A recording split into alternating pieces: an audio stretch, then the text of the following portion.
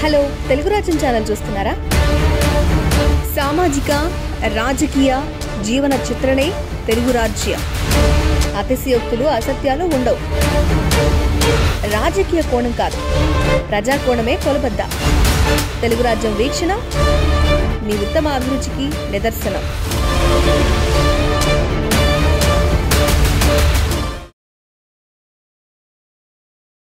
Hi hello నమస్తే, welcome back to the channel. నేను మీ రామ్. సితారా entertainment సంబంధించి నాగవంశీ గారు మ్యాడ్ 2 చిత్రాన్ని మొన్న రిలీజ్ చేయడం జరిగింది. అయితే ఈ చిత్రానికి సంబంధించి నెగిటివ్ రివ్యూస్ రాసి కావాలని సినిమాని పోక్ చేసి మరి సినిమాని ఇబ్బంది పెడుతున్నట్టుగా ఆయన నిన్న జరిగిన ఒక ప్రెస్ మీట్లో మాట్లాడడం జరిగింది. అవి ఫుల్ వైరల్గా మారాయి. ఆయన ప్రధానంగా చేసినటువంటి ఒక ఏదైతే వ్యాఖ్య ఉందో చాలా హాట్ టాపిక్గా మారింది. మీరు కావాలనుకుంటే బ్యాన్ చేసుకోండి నా చిత్రాన్ని అనేది మాట్లాడి ఒకసారి వీడియో ప్లే అవుతుంది, ఒకసారి చూడండి.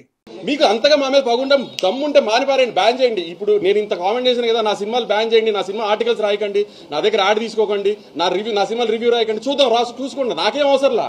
మీరు మానేయండి, మమ్మల్ని బ్యాన్ చేయండి, చూస్తా నేను. నా సినిమా నేను ఓపెన్ గా చెప్తున్నా, నా సినిమా బ్యాన్ చేయండి, నా ఆర్టికల్స్ రాయకండి, నా సినిమా ఆర్టికల్స్, నా సినిమా రివ్యూ రాయకండి. నేను ఎలా ప్రమోట్ చేసుకోవాలి, సినిమా నేను ప్రమోట్ చేసుకుంటా. మీరు వెబ్సైట్ ప్రమోట్ చేస్తేనే సినిమాలు ఆడట్లేదు కదా. సో ఈ వీడియో గురించి సినీ మరియు రాజకీయ విశ్లేషకులు దాసరి విజ్ఞాన్ గారు ఎలా స్పందిస్తారో చూద్దాం. నమస్తే. నమస్తే. చూసారు కదా ఇట్లా మాట్లాడారు ఆయన. సో ఏంటి దీని మీద మీ స్పందన ఏంటి? అసలు ఎవరేదో ఇండియన్ 2 అన్నారు ఆయన్ని, ఎవరైనా అసలు ఏంటి అది? పక్కింటోడి పెళ్ళం బ్లూ కలర్ బ్లౌజ్ వేసింది, ఆవిడ గ్రీన్ కలర్ బ్లౌజ్ వేసినా చాలా బాగుంటుంది అని చెప్పడం కరెక్టా తప్ప? తప్పు. నాకు వాక్ స్వాతంత్రం లేదా? ఉంది. మరి ఎందుకు చెప్పకూడదు? చెప్పచ్చు, చెప్పేదానికి ఒక పద్ధతి ఉంటుంది. వాక్ స్వాతంత్రం ఉంది కదా అని చెప్పి ప్రతిదీ మాట్లాడుకోవాలనుకోవడం తప్పు. ఏదైతే మాట్లాడాలో అదే మాట్లాడాలి, ఏది మాట్లాడొద్దో అది మాట్లాడొద్దు. ఏది అంటే దాంట్లో కూడా మనం మాట్లాడే అంశంలోనూ కూడా మనం ఇందాక కూడా మాట్లాడుకున్నాం, ఫ్యూచర్లో దానివల్ల పరిణామాలు ఎలా ఉంటాయో కూడా మైండ్లో పెట్టుకొని మాట్లాడుకోవాలి. ఇప్పుడు ఆయన ఏమన్నారు నాగవంశిని అంటే, నా సినిమా గురించి అసలు పాజిటివ్ నెగిటివ్ మీరు మాట్లాడడం మానేయండి అన్నాడు ఆయన. మాకు వాక్ స్వాతంత్రం లేదా, మేము మాట్లాడకూడదా? నువ్వు మరి అట్లాంటప్పుడు సినిమాలు ఎందుకు తీస్తున్నావు? నేను ఎవరు తీయమన్నాడు సినిమాలు? మేము మాట్లాడకూడదా నీ గురించి అని అంటున్నారు. ఏం మాట్లాడాలి నువ్వు? సినిమా ఎలా ఉంది, ఎలా నీకు నచ్చిందా లేదా అంతవరకే చెప్పు. ఆ కలెక్షన్స్ ఎన్ని వస్తాయి నీకెందుకు? అది ఆయన వ్యాపారం. ఇప్పుడు మనం వెళ్ళి ఉడిపిలో టిఫిన్ తింటాం, ఇడ్లీ వడ పూరి అడుగుతావు, వాడు 100 రూపాయలు 150 బిల్లు వేస్తాడు. ఆ గల్లపెట్ట తీసి ఈరోజు నీ కలెక్షన్స్ ఎంత అని ఎవడైనా లెక్క పెడితే ఎలా ఉంటుంది? ఇక్కడికంటే నాకు ఆ మాత్రం హక్కు లేదా? మరి అట్లాంటప్పుడు రోడ్డు మీద టిఫిన్ సెంటర్ ఎందుకు పెట్టావని అడుగు.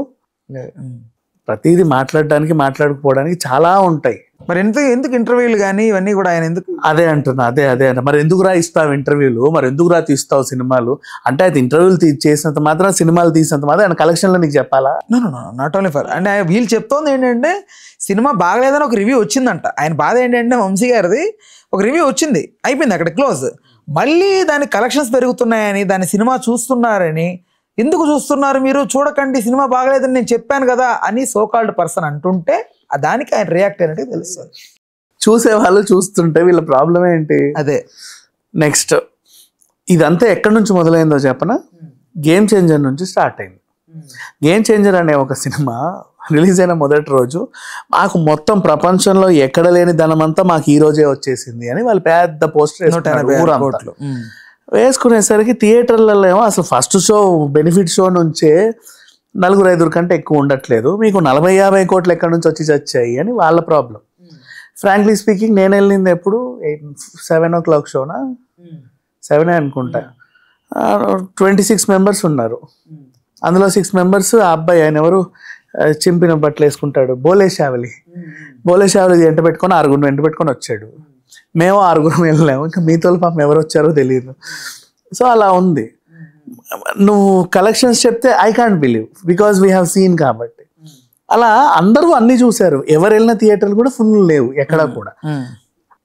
మరి ఇన్ని కలెక్షన్స్ ఎలా వచ్చాయి? మేబీ మా థియేటర్లోనే ఆడలేదేమో, ఊరంతా ఆడిందేమో అని అనుకున్నారు. అందరు అదే చెప్పేసరికి ఇట్స్ ఫేక్ అన్నారు. తర్వాత ప్రొడ్యూసర్స్ వాళ్ళే ఒప్పుకున్నారు కూడా, అవునండి ఏదో ఇక చెప్పాల్సి వచ్చింది కాబట్టి చెప్పాం.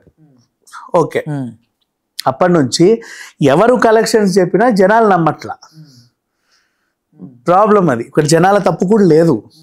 వాళ్ళు నిన్ను కలెక్షన్స్ అడగమని జనాలు ఎప్పుడు చెప్పలా, నిన్ను కలెక్షన్స్ చెప్పని జనాలు ఎప్పుడు అడగల. రీజన్, మనం ఒకప్పుడు సినిమాలు అంటే ఎన్ని రోజులు ఆడింది, బాగుందా లేదా అంతవరకే మాట్లాడతారు, హిట్టా ఫట్టా అంతవరకే. మనోళ్ళే కలెక్షన్స్ చెప్పడం స్టార్ట్ చేశారు. 500 కోట్లు, 250 కోట్లు, 300 కోట్లు, 400 కోట్లు అని. అప్పుడు ఆడియన్స్కి కలెక్షన్స్ అలవాటు చేసింది నువ్వే. మళ్ళీ వాడు వచ్చి ఈ సినిమాకి ఎంత, ఆ సినిమాకి ఎంత అంటే నేను చెప్పను పోరా అనేది నువ్వే. అంటే పుష్పకు కూడా స్టార్ట్ అయిందిగా ఆ టైంలో. పుష్ప, అన్ని సినిమాలు, బాహుబలి, ఇట్లా నేను చెప్పేది నేను గేమ్ చేంజర్ నుంచి చెప్పి నువ్వు అక్కడే ఆగిపోయి ఉంటావు. ప్రేక్షకుడికి కలెక్షన్ స్టార్ట్ చేసింది మనమే అంటే ఇది ఎప్పుడో ఇందిరా ఠాగూర్ సినిమాలోనే అయ్యింది. ఆ రోజుల నుంచి వస్తున్నాయి, 2000 నుంచే ఉన్నాయి. అప్పట్లో sorry Indira Tagore 200 centres 300 centres. Day 1 collection గురించి. నెక్స్ట్ ఏ కలెక్షన్ అయినా వాళ్ళకి ఎందుకు, వాడు ఎవడు, నువ్వెవడు చెప్పడానికి, అది నీ వ్యాపారం. ఎవడు చెప్పుకోడు ఏ వ్యాపారస్తుడు నా డే 1 కలెక్షన్ ఎంత, డే 2 కలెక్షన్ ఎంత అని. రామేశ్వరం కేఫ్కి వెళ్ళాడు ఈ రోజు నీ కలెక్షన్ ఎంత అని ఎవడు చెప్పడు. కాఫీ మొహన్ కొడతాడు. సింపుల్, నీకెందుకు అవసరం ఏంటి, అదే గొప్ప అనుకొని చెప్పావు, అలవాటు చేసావు జనాలకి. ఇక్కడ నుంచి సినిమా హిట్ ఫట్ అందరు మర్చిపోయారు, కలెక్షన్ల మీదే పడి ఉన్నారు జనాలంతా. వీళ్ళందరూ వస్తూ ఇంకా వీళ్ళ పీక్స్ లెవెల్ ఎక్కడికి వెళ్ళిపోయిందంటే ఇంకా సినిమా కూడా చూడట్లా, అది బాగుంది బాగాలేదు ఇక అనవసరం మనకి. ఒరే డే 1 ఎంత కలెక్షన్ వచ్చింది, 5 CR అంట, డే 2 17, అదేంట్రా పెరిగింది, ఓ అందరు వెళ్తున్నారా ఓకే, అదేంటి డే 1 నెగిటివ్ టాక్ వచ్చింది, వీళ్ళందరూ ఎట్లా వెళ్తారు ఆపు వాళ్ళని. ఇలాంటి వాళ్ళు తయారయ్యారు. ఈ హంగామా అంతా చూసిన తర్వాత నాగవంశీకి పిచ్చెక్కింది, మీరు నా సినిమాకి అసలు పట్టించుకోకండి రా బాబు, అది పాజిటివ్ అయినా నెగిటివ్ అయినా మీరు పట్టించుకోకండి. ఆయన చెప్పాడు కదా పాప ముందుగానే, ఇది logicless cinema, at the same time కథ ఉండదు. ఒక నిమిషం, కొన్ని ఉంటాయి జనాలకి ఈ మధ్య విపరీతంగా తయారయ్యారు, కథ లేదు కథ లేదు కథ లేదు అంటారు. హారర్ మూవీ కావాల్సిందేంటి, కథ ఏంటి అని అడగొద్దు ఎప్పుడు కూడా. హారర్ కావాలి, భయపెట్టిందా లేదా, that's all. Comedy cinema comedy కావాలి, కామెడీ సినిమా అయినా అంతే, నవ్వించిందా లేదా. కదేంటని అడగొద్దు, పలానా 7 కోణలు ఉంటాడు వాడికి 3 పిల్లలు, ఇవి అవసరం లేదు, నవ్వించిందా లేదా. ఇప్పుడు ఎంటర్టైన్ కి సంబంధించిన సినిమాలు కొన్ని ఉంటాయి, like robin hood as well as mad. Robin hood లాంటివి ఏంటంటే హెవీ బడ్జెట్ తో తీసి నవ్విస్తూ ఉంటారు కిక్ లాగా. అంటే ఏం లేదు, ఇప్పుడు నువ్వు నేను జోకులు వేసుకోవాలంటే ఎరా బడుద్దని నీ పక్కన నేను హెలికాప్టర్లు వెళ్ళాలి, నువ్వు పైనుంచి ఇంకో రాకెట్లో నా దగ్గర రావాలి, అంత బడ్జెట్ పెట్టాలి ఒక డైలాగ్కి. అదే అంటే ఆ లెవెల్ జోకులు ఇవి. నెక్స్ట్ ఇదంటావా మ్యాడ్ అంటావా, సరదాగా నడిచేవి. అండ్ మ్యాడ్ గురించి మళ్ళీ చెప్పాలి అంటే అలాంటి క్యారెక్టర్స్ క్రియేట్ చేయడము ఒక సవాల్తో కూడిన పని, చాలా మందికి తెలియదు, ఈవెన్ నాగవంశీకి కూడా తెలియకపోవచ్చు. పుష్ప లాంటివి, అమృతం లాంటివి ఇవి చాలా రేర్. ఇప్పుడు పుష్ప ఉన్నాడు, వాడికి ఒక మిషన్ వస్తుంది అంతే. ఇప్పుడు ఫస్ట్లో మిషన్ ఏంటి, జస్ట్ ఫోటో, పిల్లం ఫోటో అడిగింది, ఫోటో అడిగితే సీఎంని అడిగితే వాడు చీపు అన్నాడు, సీఎంని మార్చని సరే ఫోటో తెచ్చుకొని ఇంట్లో పెడతా. ఆ మిషన్ కోసం కష్టపడ్డాడు. ఆ మిషన్ సక్సెస్ అవ్వాలంటే వాడికి 500 కోట్లు కావాలి. వాడుకుంటే ఒకటే ఒక సోర్సు, ఎర్రచందనం. దాన్ని దాటించాలి, నువ్వు ఎట్లా దాటిస్తావు నేను చూస్తాను, వీళ్ళందరూ వస్తారు, వాళ్ళందరినీ తట్టుకొని దాటించి డబ్బులు తెచ్చి సక్సెస్ అవ్వాలి. నెక్స్ట్ మళ్ళీ పుష్పకి ఇంకో టాస్క్ వస్తుంది, ఏదైనా రావచ్చు, 100 కదా. అట్లాంటి సినిమాలు క్రియేట్ చేయడం గ్రేట్. క్యారెక్టర్స్ అవే ఉంటాయి, నడుస్తూ ఉంటాయి. మళ్ళీ నెక్స్ట్ సినిమాలు కూడా అనసూయ పగ తెచ్చుకోవడానికి వస్తుంది, సునీల్ వస్తాడు, వాళ్ళు వస్తారు, వీళ్ళు అందరూ ఉంటారు, ఇంకా కొత్త క్యారెక్టర్స్ కూడా రావచ్చు. బట్ అది సాగుతూ ఉంటుంది. ఇప్పుడు ఈ మ్యాడ్ కూడా అంతే. ఫస్ట్ కాలేజ్లో ఒక చిన్న సూసైడ్, ఫస్ట్ దాన్ని ఆ కాలేజ్లోనే చదవాలన్నట్టు ఎపిసోడ్లో ఏదో తీశారు. ఇప్పుడు ఇక్కడ ఏంటి, ఆ లడ్డు పెళ్ళి, మ్యాడ్ 3 ఇంకేదో అవుతుంది, రామ్ గడ్ పెళ్లి, మళ్ళీ అందరూ అక్కడికి జరగచ్చు, వాట్ ఎవర్ మళ్ళీ అందరూ అక్కడికి వెళ్తారు. అన్ఎక్స్పెక్టెడ్ వీళ్ళ జీవితాల్లో కలుస్తూనే ఉంటారు, కలిసిన ప్రతిసారి ఏదో ఒక ఫన్ జనరేట్ అవుతూ ఉంటుంది. అట్లా 100 సినిమాలు తీయొచ్చు మ్యాడ్ పైన. అది హిట్టా ఫట్టా అంటే హిట్టే, ఎందుకంటే ఆ కాన్సెప్ట్ క్రియేట్ చేయడమే గ్రేట్. తర్వాత నువ్వు దాన్ని ఎన్నైనా కొనసాగించు. ఇట్లా ఉంటాయి కొన్ని కాన్సెప్ట్స్. మ్యాడ్ అనేది చాలా గ్రేటెస్ట్ కాన్సెప్ట్ చెప్పాలంటే. నెక్స్ట్ మళ్ళీ ఇప్పుడు నీకు సంక్రాంతికి వస్తున్నా కూడా ఒక కాన్సెప్టే. వాళ్ళకి ఒకటే మిషన్ ఇచ్చారు, ఆకెళ్ళని కాపాడమని. ఫ్యామిలీ అందరు కలిసి కట్టుకొని అందరినీ సర్వనాశనం చేసి ఏదో చేసి మొత్తానికి ఆయన తెచ్చి పెట్టారు. ఇప్పుడు మళ్ళీ ఇంకో మిషన్ వస్తుంది, దాన్ని ఎలా ఇదే ఫ్యామిలీ మళ్ళీ ఎలా డీల్ చేస్తుంది అనేది నీకు అర్థమైంది. ఇలాంటివి కాన్సెప్ట్స్ క్రియేట్ చేయడం చాలా గ్రేట్. సో అలా ఈ కాన్సెప్ట్స్ స్టార్టింగ్ అర్థం కావు జనాలకి, మెల్లిమెల్లిగా అర్థం అవుతాయి. కొన్ని సినిమాలు అంతే, ఫస్ట్ డే సెకండ్ ఏంది చేత అంటారు, స్లోగా అందరికి అర్థమవుతా ఉంటాయి. పుష్ప కూడా స్టార్టింగ్ నెగిటివ్ టాక్ వస్తే 3 రోజులు ఎవడు చూడు, ఇంక్లూడింగ్ మీ. తర్వాత రీలోడెడ్ వర్షన్ కూడా కుప్పలు తెప్పలు వెళ్ళారు. ఆ 20 నిమిషాలు ఎక్కడ యాడ్ పెట్టాడు, ముందు పెట్టాడా, వెనక పెట్టాడా, కింద పెట్టాడా, పైన. అంటే Sukumar brilliance as a common man కి అంత ఈజీగా ఇంజెక్ట్ అవ్వదు.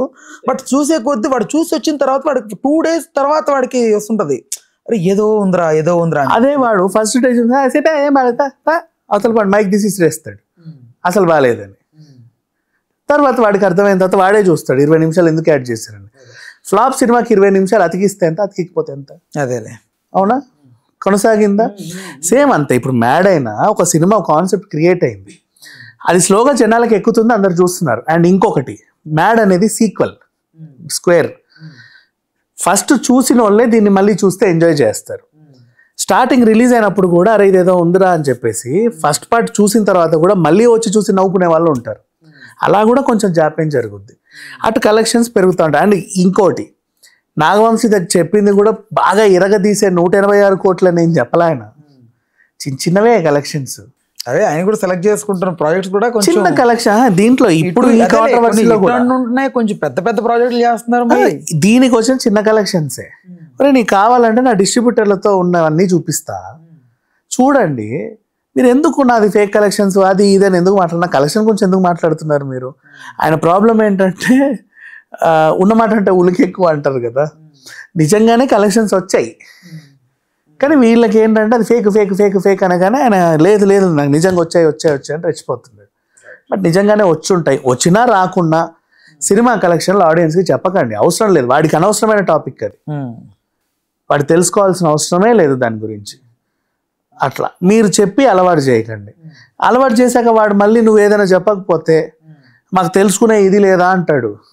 నువ్వు ఏదైనా పొరపాటున నువ్వు ఎందుకు ఇలా మాట్లాడావంటే మాకు మాట్లాడే హక్కు లేదా అంటాడు. అటు ఉంటుంది ఇటు ఉంటుంది. వాడు అలా అన్నా ఇలా అన్నా నీకే ఇబ్బంది, ఎందుకంటే వాడు తయారు చేసిందే నువ్వు కాబట్టి. రైట్ ఓకేనా, thanks for the time, thanks for information.